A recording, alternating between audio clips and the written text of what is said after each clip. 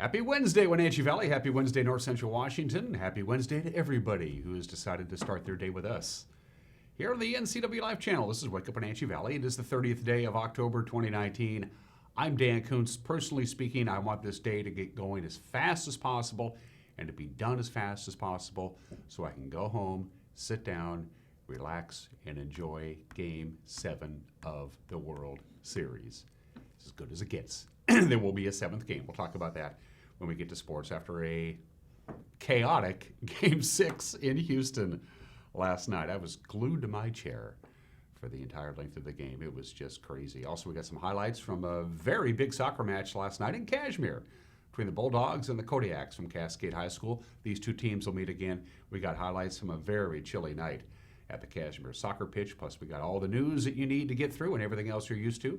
All the usual shenanigans apply here for Wake Up Wenatchee Valley on this Wednesday edition. It's chilly. It's 19 degrees outside. We've had some very strange weather throughout the month of October. Once we get through our views around the valley, or during our views around the valley here in about a minute or so, I'm going to walk you through some numbers that are just plain strange.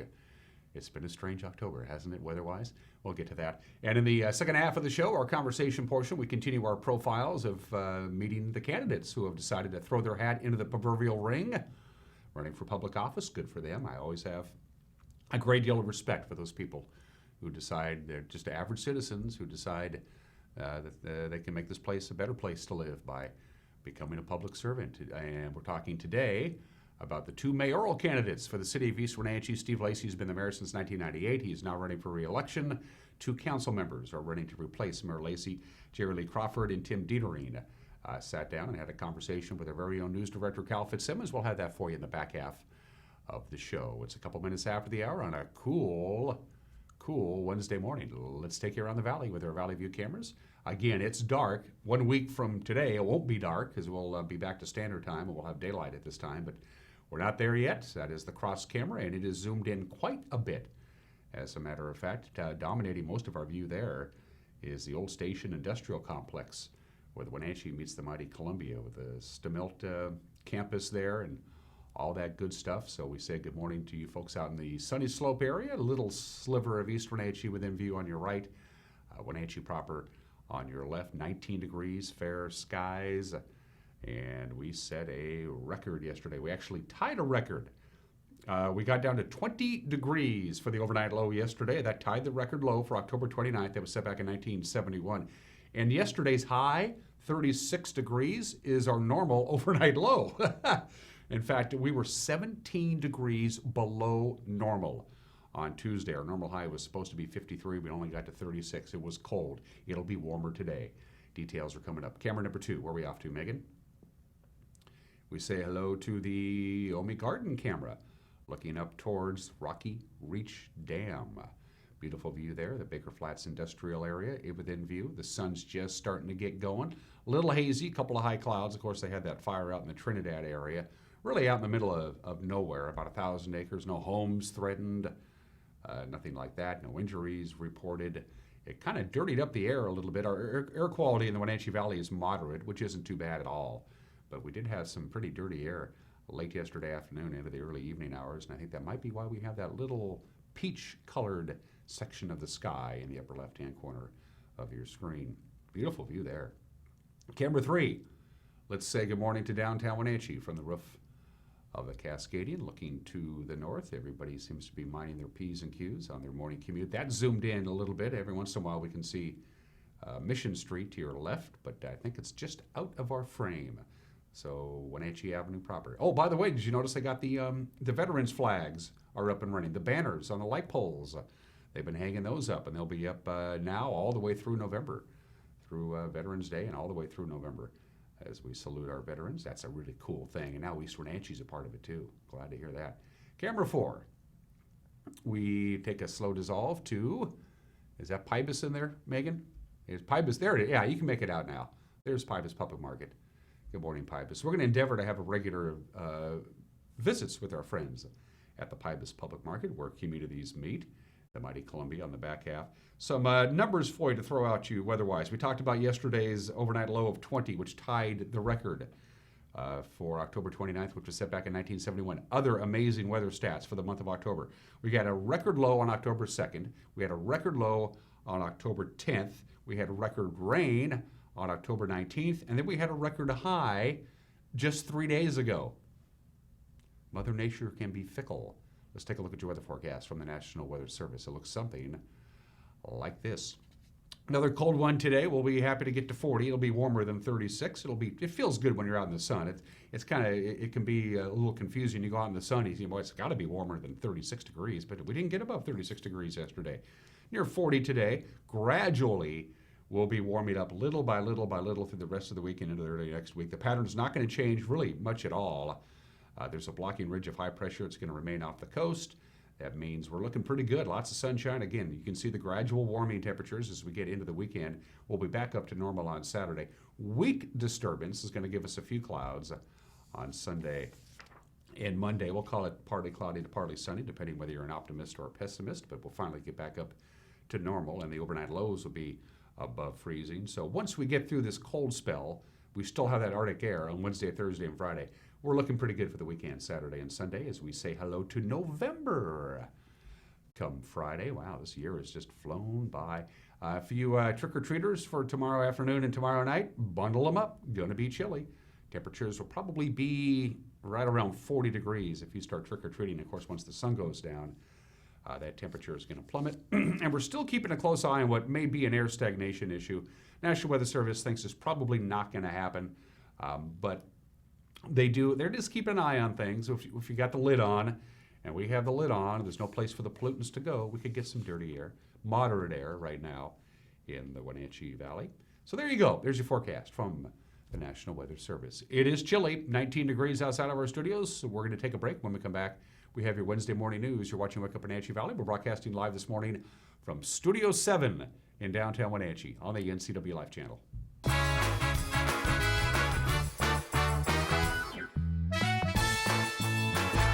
My first experience with CVCH, I had to come in with my daughter by myself with a cut in my hand that required stitches. And the care and compassion of CVCH was really significant, that they took the care and compassion and made me feel more as a human instead of just a patient there. The care they have for their community all around, inside and outside the clinic, is what I feel like is different. And that's what makes me want to come back to CVCH and recommend them to my friends and family. Hi, my name is Jim Heinlein, independent agent and owner at Springwater Insurance Group, formerly known as Senior Insurance Services. And we recently decided to make that name change because we're offering so many different other types of insurances in addition to Medicare education and enrollment, like we've been doing for 15 years. So if you have questions about Medicare or any other forms of insurances, give us a call at Springwater Insurance Group, 888-2600, or visit us at any of our 5 locations.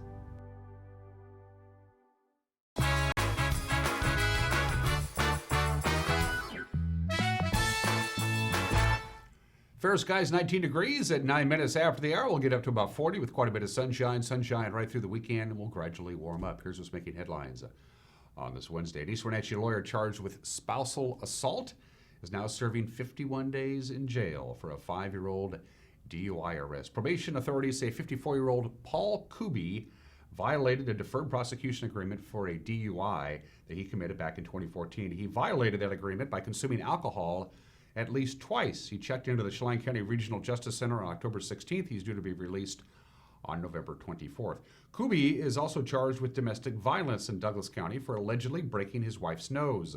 He served several years as president of the Chelan County Nonprofit Association that provides defense attorneys when indigent clients are charged with a crime. He resigned from that position in September. A little warning before we get into the next story. This description of animal cruelty might be a little disturbing for some viewers. So here you go. Wenatchee man who killed 2 kittens during a domestic violence incident was sentenced Monday to 7 months in jail. Police say Marcos Espinosa, 29 years old, stepped on one of the 6-week-old kittens, kicked the other one against a wall. This happened back on September 4th during a violent outburst towards family members. He pleaded guilty to 2 counts of first-degree animal cruelty, and Chelan County Superior Court Judge Travis Brandt ordered him to pay a $1,000 fine in addition to his jail time. He's been in custody since the incident. He also must undergo anger management training, and he is barred from owning a pet for the rest of his life. Well, a police chase in Moses Lake yesterday morning ended when the suspect's vehicle crashed into a power pole and it knocked out power to about 160 Grant PUD customers. Moses Lake Police said one of their officers attempted to pull the driver over at about 8:15 yesterday morning. The driver had apparently outstanding warrants. That led to a pursuit that ended at the intersection of Patton and Westover Boulevards. That's when the car hit the power pole, knocked the pole over, live wires landed on the officer's car, but he, fortunately, was not injured. The 3 occupants of the car that hit the pole suffered minor injuries.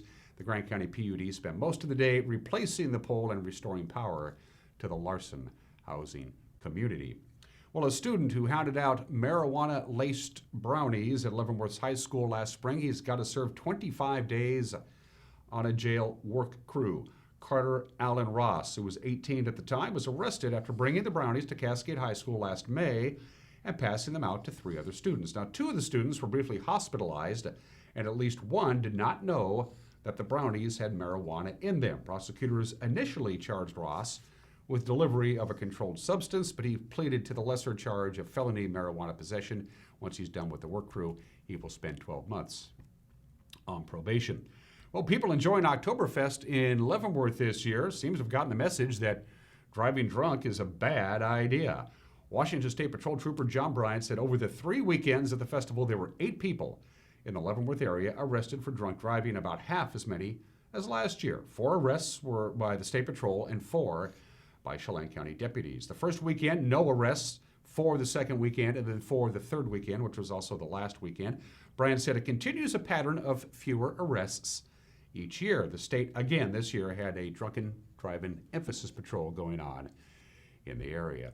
Finally, on this Wednesday morning, a pilot program is slated to start this winter to help bring a warm place for homeless people to sleep in the Wenatchee Valley. Our very own Caitlin Hedersheet filed this report. In an effort to address the need for a low-barrier shelter in the Wenatchee Valley, Laurel Turner of the Women's Resource Center says the Emergency Shelters program going into effect this winter is the first step in addressing that need.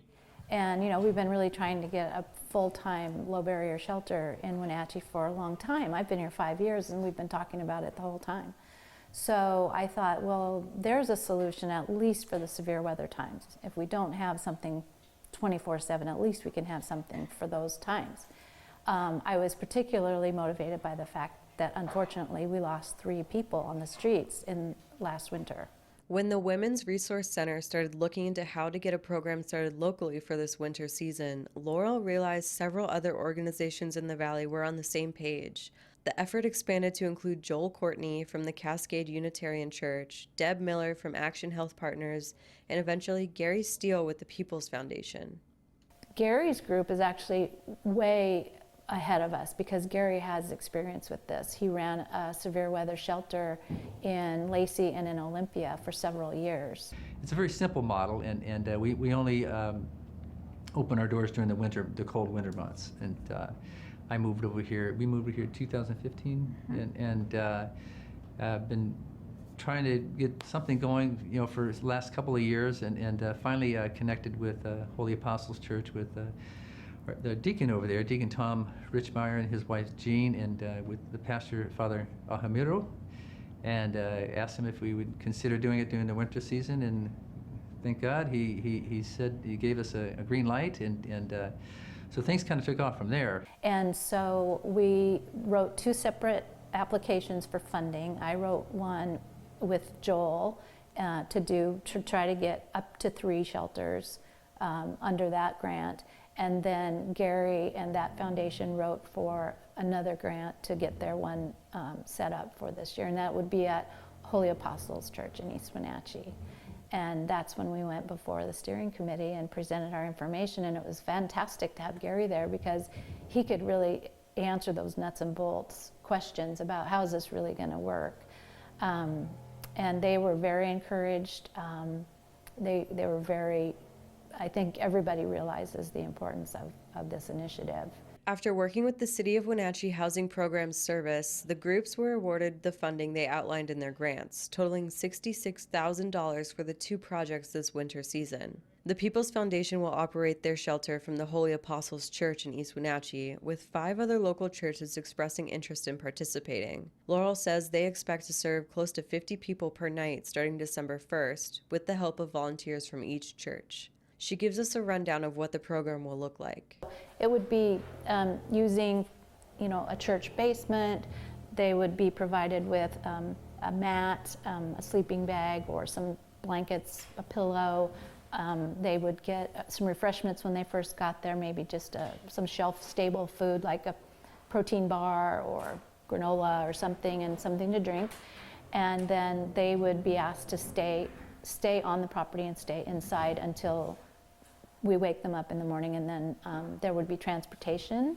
And this was, again, some of the stuff that came out of the People's Foundation. And we could transport them back to, say, the Powerhouse in East Wenatchee, where they could get a meal. There would not be an expectation of or a requirement of sobriety, but if someone came in and they weren't behaving poorly and they could please go sleep it off, they would be allowed to come in and sleep it off. And then in the morning we would transport them. The emergency shelters will run through the end of February, and Laurel says she hopes the pilot program could expand in the future. Caitlin Hedersheet, NCW Life News. Thank you for that report, Kat. We appreciate it. It's 17 minutes after the hour. We have clear skies, 19 degrees, right around 40 for our afternoon high, which is going to feel downright balmy compared to yesterday's high of only 36. That's what's making headlines on this Wednesday. Some of the stories we're working on tonight. Here's Grant Olson. Good morning, Dan. Coming up tonight on the NCW Life Evening News, after a couple of very cool days and nights, a slow warm-up is upon us. I'll have your complete north central Washington weather forecast, and Eric Granstrom will be in with a look at all of last night's soccer action from around our area. That and much more tonight at 5, 6, and 10 on the NCW Life Evening News. Dan? Thank you, Grant. A reminder, we'd love to hear from you, our viewers, and we give you all the tools that you need to do exactly that. You can pick up the telephone and give us a call. You can send us an email, news@ncwlife.com, news@ncwlife.com. ncwlife.com is our website, and there's also a Contact Us icon there. You click on that, a form pops up, you fill it out, you push send, and by golly, it shows up here. You can also drop us a line via our Facebook page, and we have a Twitter handle as well. We're going to take a break. Did I mention there's going to be a 7th game in the World Series? Love it. Sports is 1 minute away. You're watching Wake Up in Wenatchee Valley on the NCW Life channel.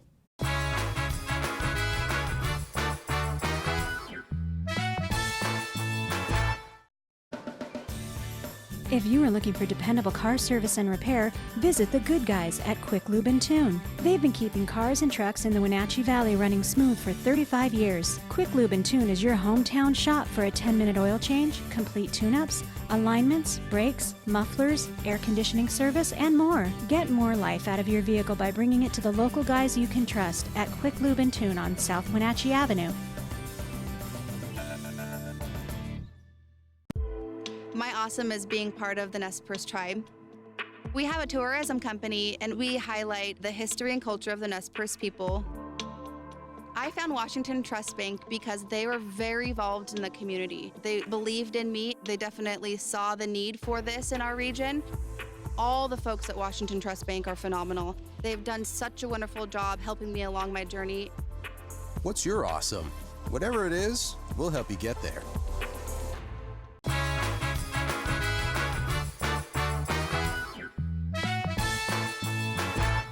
We're back. It's 19 minutes after the hour. Let's talk sports. Yes, there will be a Game 7 of the World Series. Washington forced the issue last night. The final 7-2, Game 6 at Minute Maid Park.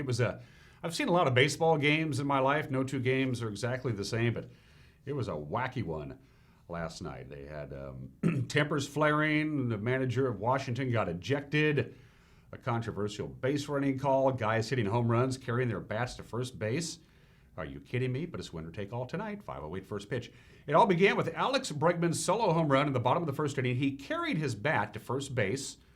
He was showing up Steven Strasburg, Washington's starting pitcher. And then later on, in the 5th inning, Juan Soto homered to give the Nationals a 3-2 lead. And following suit, he carried his bat to first base.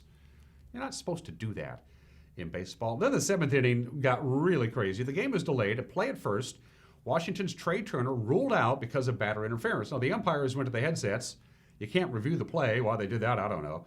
They stuck with their decision, and then Nationals manager Dave Martinez proceeded to just completely melt down. Now, Anthony Rendon hit a 2-run home run. That gave Washington a 5-2 lead, and then during the 7th inning stretch, Martinez came out of the mound and got ejected. That hasn't happened in 23 years, a manager getting ejected from a World Series game. Rendon added another 2-run double to the 9th that gave him 5 ribbies for the game. Strasburg, he was brilliant. He worked the 9th to earn the win. His second win during the World Series. Verlander takes the loss. He falls to 0-6 in World Series starts. We go tonight, Game 7, Max Scherzer, Zach Greinke. You can watch the game on Fox. Guess what I'll be doing at 5:08 this evening. One final note about Game 7 tonight. There have been 1,420 series that have gone the full 7 games. If you take Major League Baseball, the National Basketball Association, and the National Hockey League playoffs, you add all of the series up, the post-game series, the postseason series, that went to 7 games. There have been 1,420 of those. Not one has the away team won every game. History being made. And we had a little soccer in the beautiful hamlet of Cashmere last night. We were happy to be here. Temperatures were cold. I don't know how the camera crew and Sebastian and Matt got through it, but they did. And the Cashmere Bulldogs erased a 1-0 halftime deficit, and they beat Cascade 6-3. They claimed the regular season Caribou Trail League Championship. The two teams will play for the district championship Saturday. Lee Bofto Field at the Apple Bowl at 6 o'clock. Sebastian Moraga, Matt Wiesen, and a cast of several had the call. Here are your highlights. Shot across, top of the box, good opportunity. Couple of bounces there, the ball gets in the mixer, nobody there to clear it. There's a final touch that clears it out of the box, but here comes Cascade once again. The shot, goal, goal, goal, goal, goal, goal, goal, goal! Molly Weiser for the Cascade Kodiaks. There's the right-footed shot, dances in front of the goal, goal, goal, goal, goal, goal, goal, goal, goal!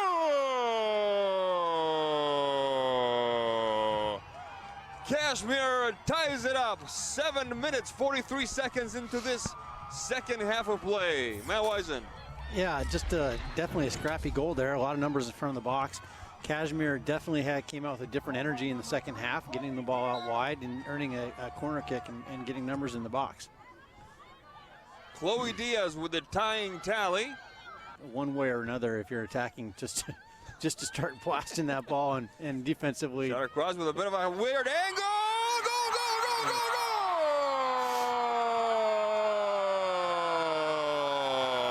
Savannah Stefanko for the Cascade Kodiaks. Moving quickly is Chloe Diaz. Shot across. Goal, goal, goal, goal, goal, goal, goal, goal, goal! 2-2 tie for Cashmere. Norman, I believe. That was, I was thinking, Norman too, yeah.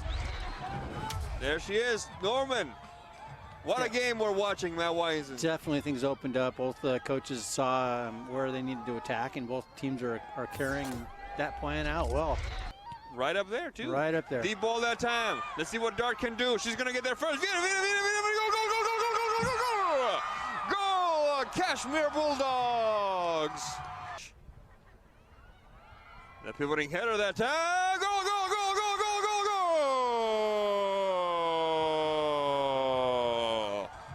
And Cashmere starts to put some daylight between themselves and their arch rivals. Numbers in the box. Just letting that ball bounce. You cannot let that ball bounce. You got to clear it out if you're the defense. And Cashmere is really starting to get confidence going forward now. Here's the kick. Whistle. Right footer, the shot. Goal, goal, goal, goal, goal, goal, goal, goal!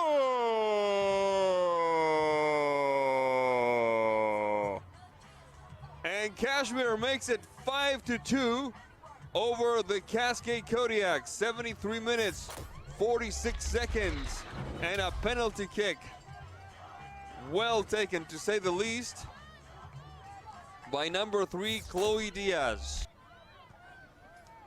Through ball that time. High. Shot across. Go, go, go, go, go, go, go! Does that make it 4? That's Norman, I believe. Not Norman, all right. I stand corrected, but wow. Kashmir running away with this one late in the game, Matt Wisen. Yeah, Cascade having to send numbers forward, just really opening themselves up on the back end. That's that ball down the flank again, and that hard cross, and Norman picking up on the back post. Just making a living doing that, and Kashmir's definitely capitalized. Deep run that time by Driscoll, straight up the middle. She's got some room. She's going to deliver the touch. And there's the third goal of the game for the Kodiaks.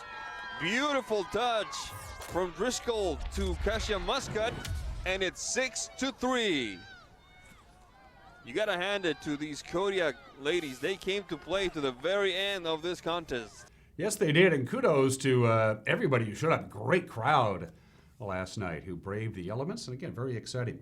Also in girls soccer last night, let's take a look-see. First round of the CWAC District Tournament, Ephrata advanced to the semifinals with a 5-0 win over East Valley of Yakima. The Tigers will take on Ellensburg Thursday at 5. Quincy's season came to an end. They lost to Othello 4-1. The Huskies advanced. They'll take on Sela Thursday at 5 in the semifinals. In other action, Davis pulled the upset. They beat Moses Lake 3-2 last night. Wenatchee blanked Eisenhower 3-0. So the Panthers are done with their regular season. They're 9-3. Eastmont's 9-2. Moses Lake is 8-3. The Wildcats will host the Chiefs Saturday. We'll have it live right here on this very television station at 1 o'clock. If Eastmont wins, the Wildcats will win the Big 9 league title outright. If Moses Lake wins, that would put 3 teams in the tiebreaker scenario involving a convoluted point system that we don't have time to explain. In any event, if Moses Lake wins, Eastmont would be the number 1 seed to district, Wenatchee the number 2 seed, Moses Lake the number 3 seed. Also last night, as you see, Tenasket topped Manson. To the Les Schwab Prep volleyball scoreboard from last night.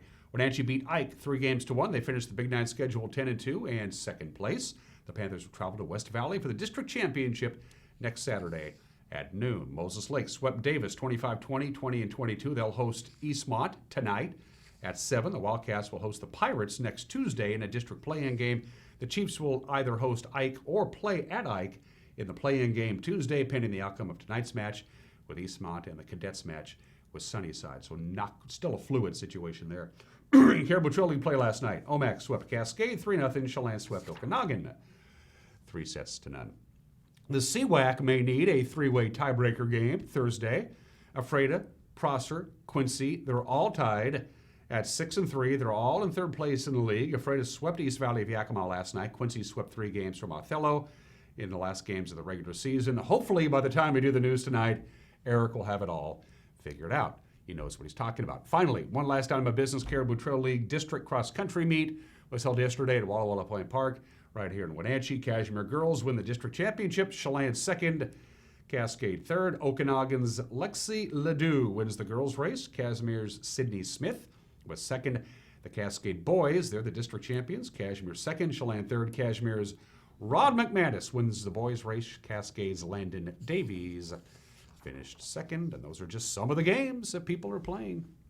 On this Wednesday, 28 minutes after the hour, it's October 30th, the obscure holiday of the day today. It's Mischief Night. Ooh, yeah. I did that when I was a kid. I TP'd a house. And that's what Mischief Night is really all about. You smash pumpkins, you soap windows, you TP houses, you do the old ring the doorbell and run away. Just be safe. Don't get arrested. Mischief Night got completely out of hand in Detroit back in the 1980s. They called it Devil's Night, and for a long time there in the 1980s, they had a curfew on October 30th in the city of Detroit. After dark, nobody under the age of 18 could go out. They had to bring in volunteer fire departments to put out all kinds of fires. They had volunteers that had to patrol the streets. This doesn't happen anymore. Detroit got their act together because we love Detroit. But I remember back in the 80s when they had all kinds of issues with Mischief Night in Detroit. Sometimes known as Devil's Night. And in Vermont and New Hampshire, in New England, it's called Cabbage Night. And it goes back to an old Scottish tradition where young women who were ready to find a husband would look at a cabbage to determine the values and to divine who exactly their husband would be, why they would do this with a cabbage. I don't know. It's an old tradition. And then once the cabbage told them their fortune, they would throw the cabbage at the door of their next door neighbor and run away. Some traditions just don't make any sense at all. Happy Mischief Night. Behave well, all right? My advice. Yeah, from somebody who did that when I was in high school. A little bit of hypocrisy there. Bottom of the hour, today in history. 81 years ago today, Orson Welles and the Mercury Theater scared the northeastern part of the United States. The famous play, War of the Worlds, was broadcast on the radio, and lots of anxiety in the northeastern part of the United States, the radio listening audience. The show began at 8 o'clock on Sunday night with a disclaimer. This is a play. This is the famous story by H.G. Wells called The War of the Worlds. So they were putting on a dramatic play. And then they went into the play. And for a lot of people who didn't get the original disclaimer, when a commercial came on one of the other radio stations, they would switch over to CBS to listen to War of the Worlds, and they thought it was a real broadcast of an alien invasion in the Northeast. Orson Welles had to apologize the next day. The FCC got involved. People still talk about it. The famous radio broadcast of War of the Worlds happened 81 years ago today. 74 years ago today, Jackie Robinson broke the color barrier in a way. He signed a contract with the Kansas City Monarchs. The Kansas City Monarchs were a farm team of the Brooklyn Dodgers, so you can say baseball's color line was actually broken on this date because the Dodgers made it quite clear if Jackie Robinson is good enough, he's going to play eventually for the Dodgers. He was good enough, and he eventually played for the Dodgers. He signed his contract on this date back in 1945. This is the 45th anniversary of the Rumble in the Jungle. Muhammad Ali, George Foreman in Zaire, Kingston, Zaire. The fight took place at 3 o'clock in the morning local time for two reasons. They wanted to broadcast it live back in the United States in prime time, and number two, it's unbearably hot in Zaire. Ali was a 4-1 underdog. He did the rope-a-dope, and he won. To the tape. Check it out. To the tape. Check it out. Ali just takes him, protecting his face at all times, does Ali. Foreman throwing more punches now. Maybe this could be the tactic of Ali to let the man punch himself out. 30 seconds left in round 8. Very even fight. Ali, a sneaky right hand. Another sneaky right hand. This time he works over the shoulder of Foreman. It's the combination.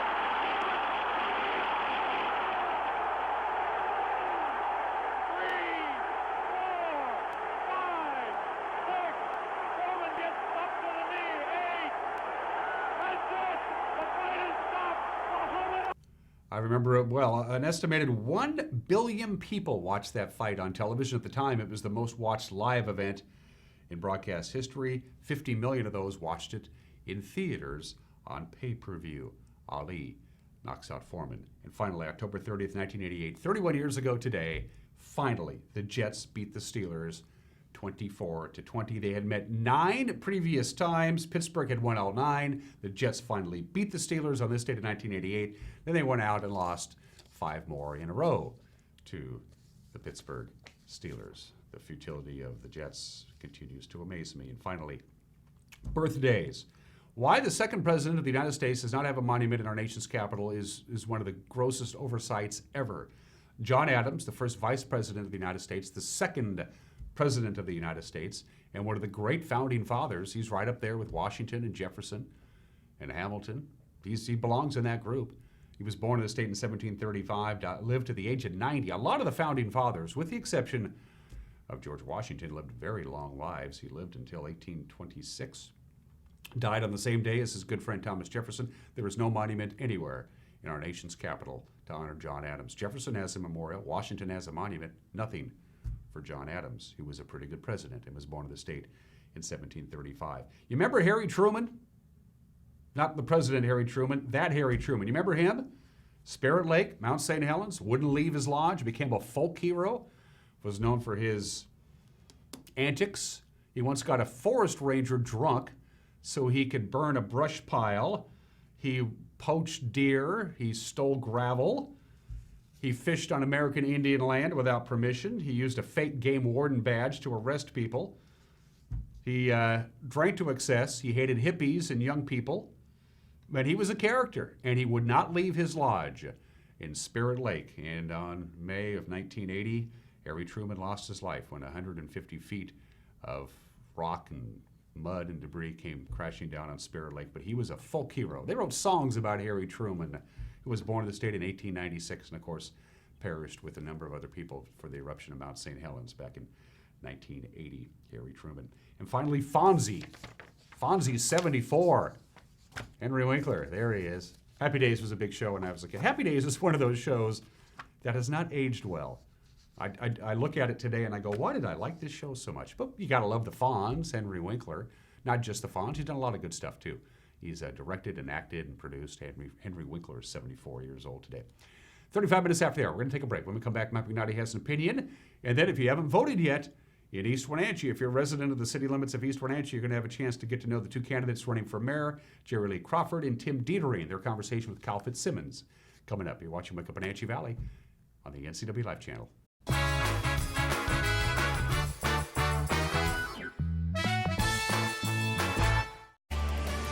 When you're ready to purchase your next vehicle, make sure you stop by Sangster Motors. They're your locally owned and operated Buick and GMC dealer offering 4 acres of new and quality used inventory.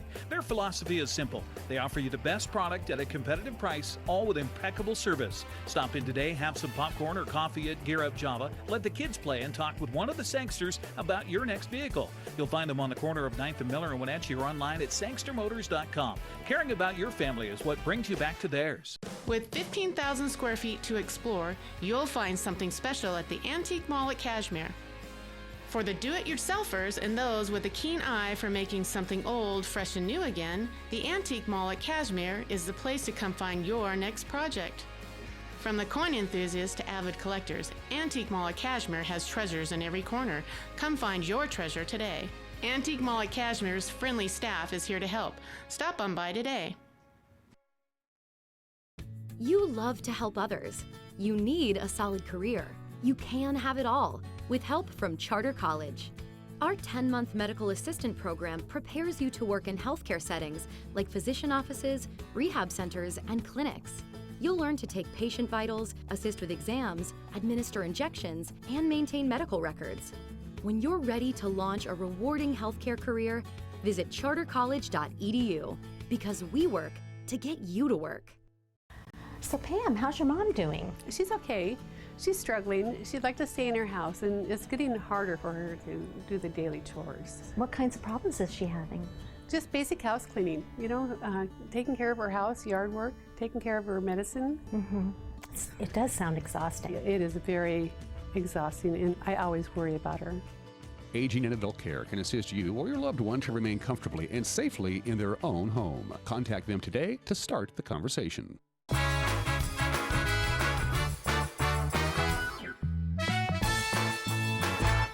Hey, this is Mike Mad Dog McNaughty, and everybody is entitled to my opinion. Now, there's an old saying, clothes make the man.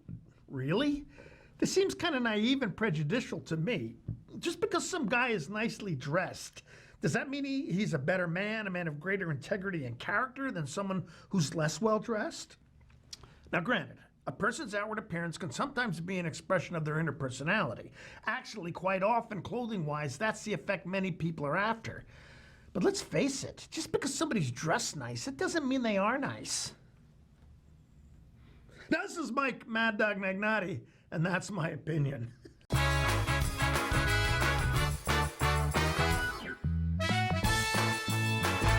Contractors, furniture makers, and weekend do-it-yourselfers around north central Washington will tell you that Lombard's Hardwood Supply is the place to get what you need. Lombard's full millwork shop can handle jobs large or small. Lombard's has a full line of interior and exterior doors available, as well as custom barn doors. From alderwood to zebrawood and everything in between, it's Lombard's Hardwood Supply on School Street in Sunny Slope. Like us on Facebook and check out our monthly special. Transform your windows with a variety of colors and styles like the Allure Transitional Window Covering by Lafayette Interior Fashions. Hi, this is Darren with Mini Blinds and More. We can install the latest and greatest in technology to open and close your blinds with only a touch of a button. From the largest windows in your home to room darkening shades for the bedroom. From stylish shades for your entertainment room to custom blinds for those hard-to-fit places. We have a solution for all of your window covering needs. We offer a variety of window coverings from Lafayette Interior Fashions. Call us today. We are Mini Blinds and More, your local blind store.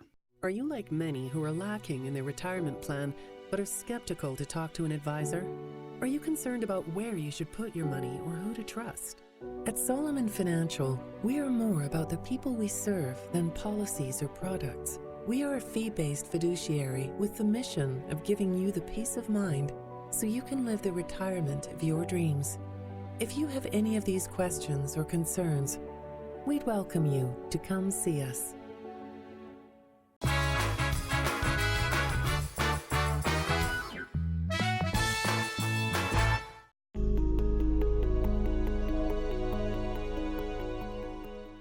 The city of East Wenatchee is in a growth boom, with new housing and commercial development expanding in all directions. Along with growth come related impacts on city services. It's also a time of transition at City Hall. Police Chief Randy Harrison is retiring at the end of the year. He leaves the department still reeling from a labor dispute that resulted in his receiving a no-confidence vote from police officers. Voters will also be selecting a new mayor for the first time in 23 years. City Council members Jerrilea, Crawford, and Tim Detering are looking to replace Steve Lacey in the mayor's office. We're joined today by Tim Detering and Jerrilea Crawford, who are seeking election to the post of mayor of East Wenatchee. Tim Detering, first of all, let's give a little background on you. First of all, Tim is a East Wenatchee City Councilman. Mm-hmm. You've been serving since 2012. Yes. Your occupation is with the Chelan County PUD as a project manager. Mm-hmm. You're married and have 4 children. Yes. Your wife's name? My wife's name is Dawn. She's a teacher out at Rock Island Elementary School. Fantastic. Jerrilea Crawford has been with the Wenatchee City Council, a member of the council since 2016. Correct. So really, you're not the new kid on the block, but fairly recent. Yes. On the city council. Maybe not a freshman anymore. Okay. You also work for the the Wenatchee Valley Chamber of Commerce as a deputy director. Correct. And you're married with 3 children. Your husband's name? Chris. Chris. Mm-hmm. Okay. Yeah. Now let's start off, first of all, with the issues pertaining to growth in the city of East Wenatchee. First question, what are your thoughts on the development of the Wenatchee Landing area located north of the city limits? How do you see that impacting the city, either negatively or positively or both? Let's start with you, Jerrilea. Sure. Yeah, the Wenatchee Landing project is pretty exciting, especially now that we have some sewer funding to reach out there. The Port of Douglas County has been working a long time on some ideas of what that could look like, and I think it will only benefit East Wenatchee, the city of East Wenatchee. Of course, it's quite a ways away from the city limits, but there's plans for housing, there's plans for winery, there's plans for outdoor recreation space. So I think all of that will just be a great addition to our side of the river. Do you see that in any way as any competition to the city of East Wenatchee in terms of revenue generation and that type of thing, Tim? I do, but this is a conversation that we've had. I've actually served on that committee that helped develop the sub-area plan for the last 4 years representing East Wenatchee. So I'm intimately familiar with the discussions as well as how this thing has all come about. And that was one of the discussions that we had early on, is we want this to be something that will promote growth and new businesses, not just pull them out of the city as well as out of Wenatchee. And there will always be some of that, so that is a little bit of a concern. However, as Jerrilea said, there's going to be a lot of opportunities that will also come, so there are benefits to having that out there. What would the impact be on the city of East Wenatchee's infrastructure as a result of the build-out, let's say, or the full development of that Wenatchee Landing? Could that have an adverse impact on the city? No, it would only have a positive impact. As the infrastructure develops and grows out in that area, then the area between there and the city limits, which ends at 19th Street, will then have the opportunity to start developing at a higher density, which is more of an urban area density rather than the way it is currently.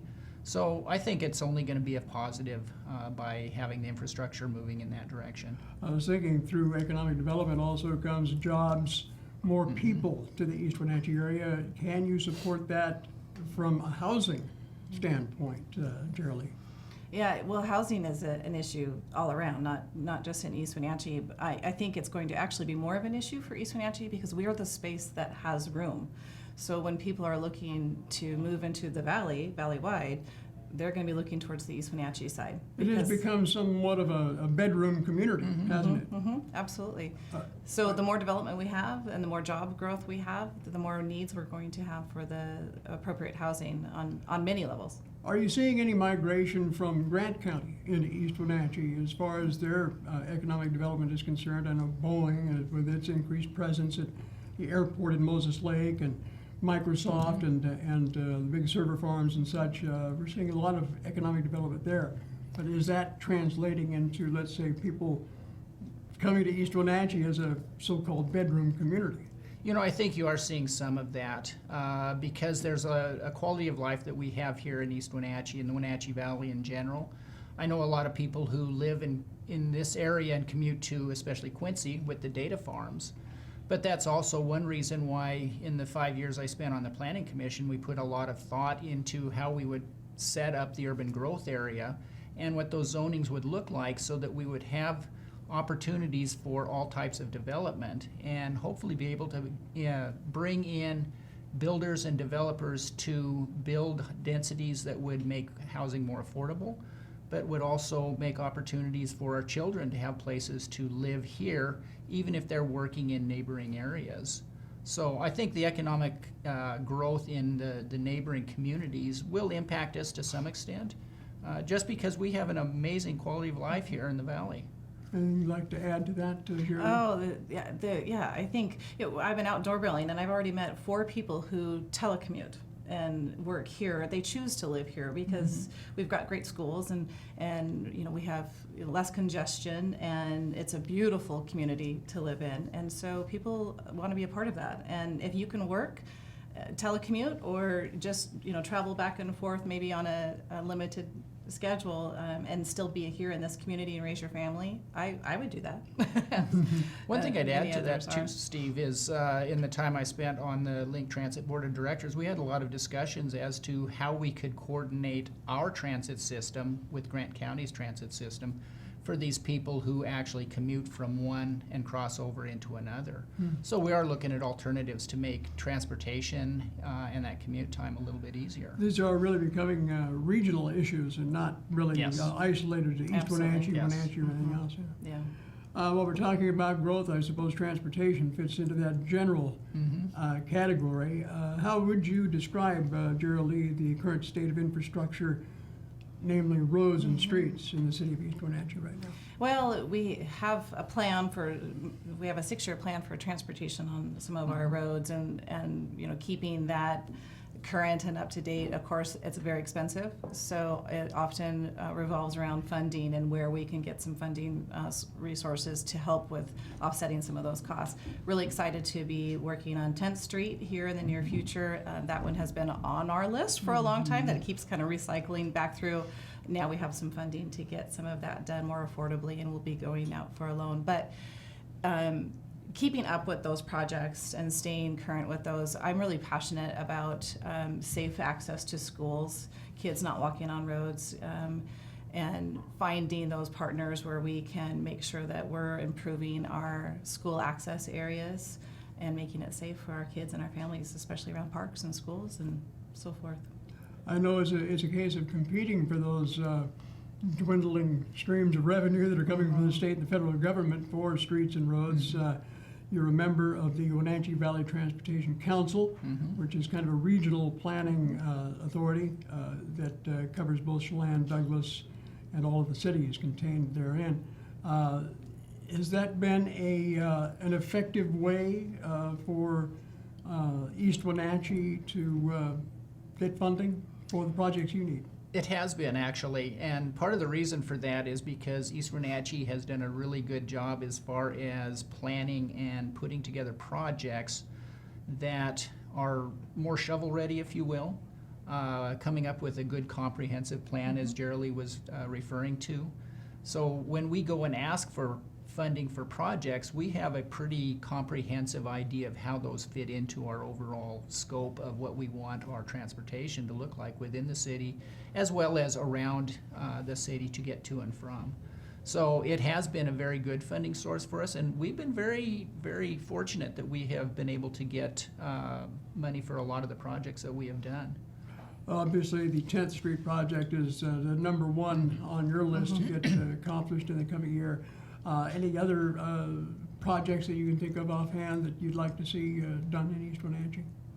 As far as transportation projects that aren't on our list already? Oh gosh. Yeah, well, as those Grant Road heading up to the airport, there's some concerns on that intersection there on Eastmont and Grant Road, and looking at projects like that and how can we fund those. Those are big ones. Those are big ones. And those are big ones. Of course, there's the roundabout that's going in now on Highline and 3rd Street, and watching that develop, I think that'll be actually, I think everyone will really like that roundabout. I think so. I think that one will be the most well received in the community. But yeah, there's, as we get through our cycle of projects, new ones come on, and as our community grows, we get a little bit more wear and tear on those roads. On the topic of roundabouts. You had to go there. I have to go there, unfortunately. But what are your thoughts, Tim, on roundabouts? After talking with the Department of Transportation, who've done a lot of studies on this over the years, because this has been a topic for both of the terms I've spent on the council, studies show that they are very efficient, they're much safer. It takes people a while to get used to them. I'm a fan of roundabouts. Of course, if you try to squeeze them in too small an area, sometimes they don't function as well as they should.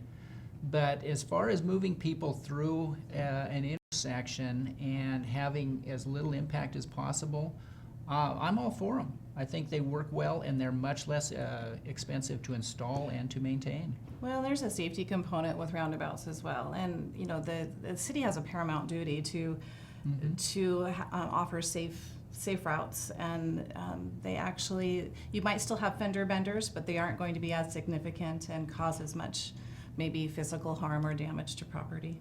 Law enforcement, big issue, big topic of discussion in East Wenatchee right now.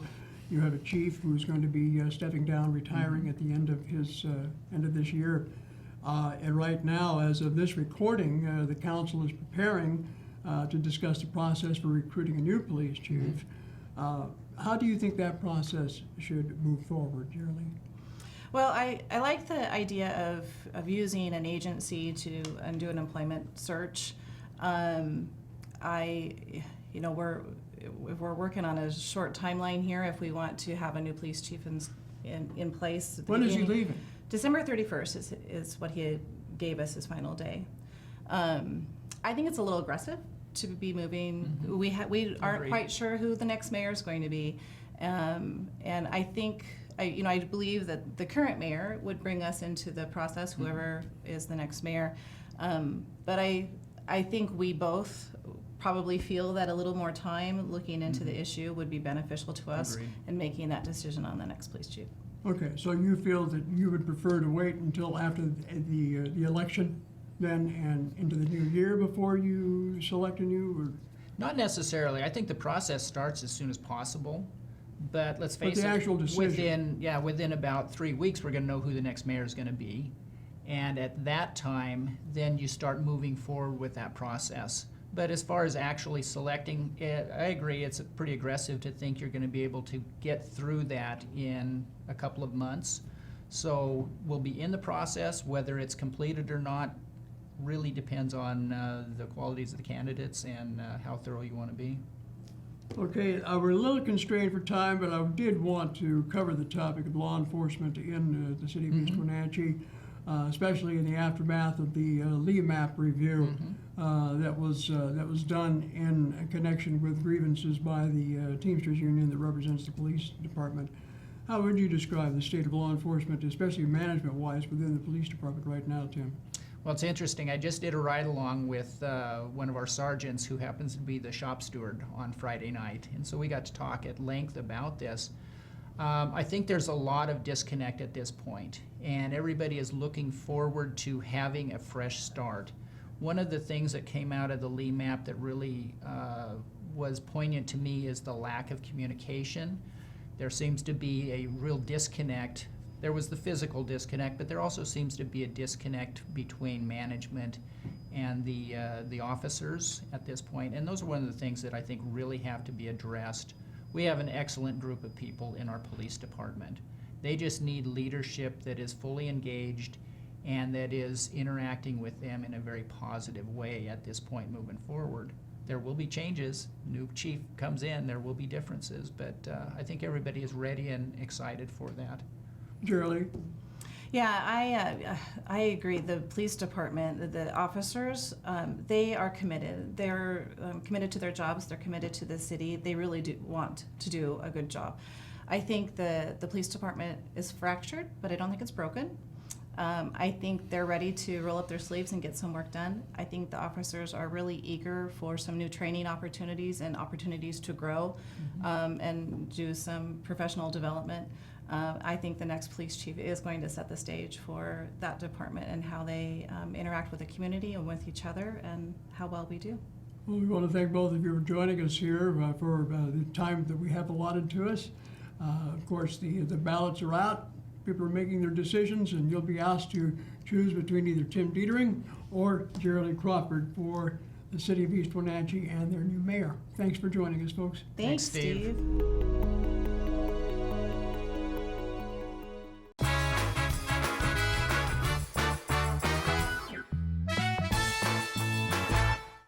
At the Siren Song Vineyard Estate Winery and Restaurant on the south shore of Lake Chelan, you'll discover a variety of handcrafted wines and a European-inspired menu.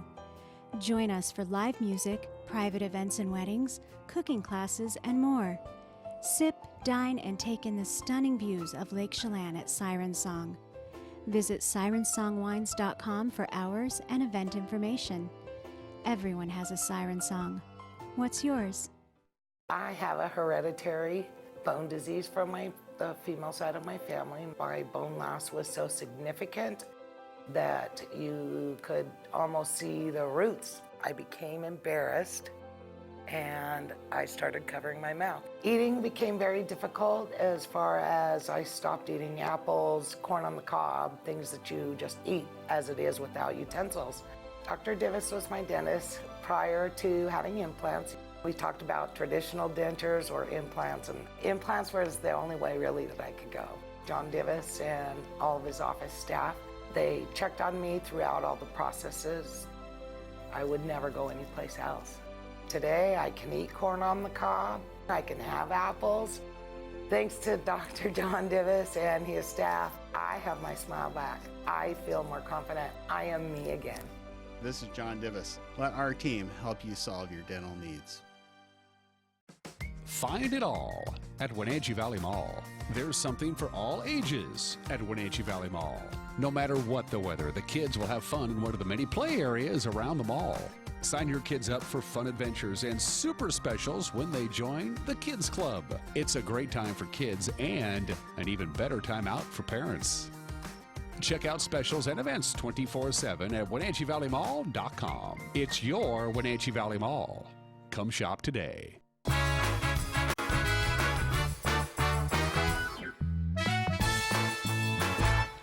Couple minutes left on this Wednesday edition of Wake Up Wenatchee Valley. I am Dan Kuntz. Let's end the show where we began the show with a look at your weather forecast from the National Weather Service. Not nearly as cold as it was yesterday. If you're just joining us, we only hit 36 on Tuesday. That's normally our overnight low.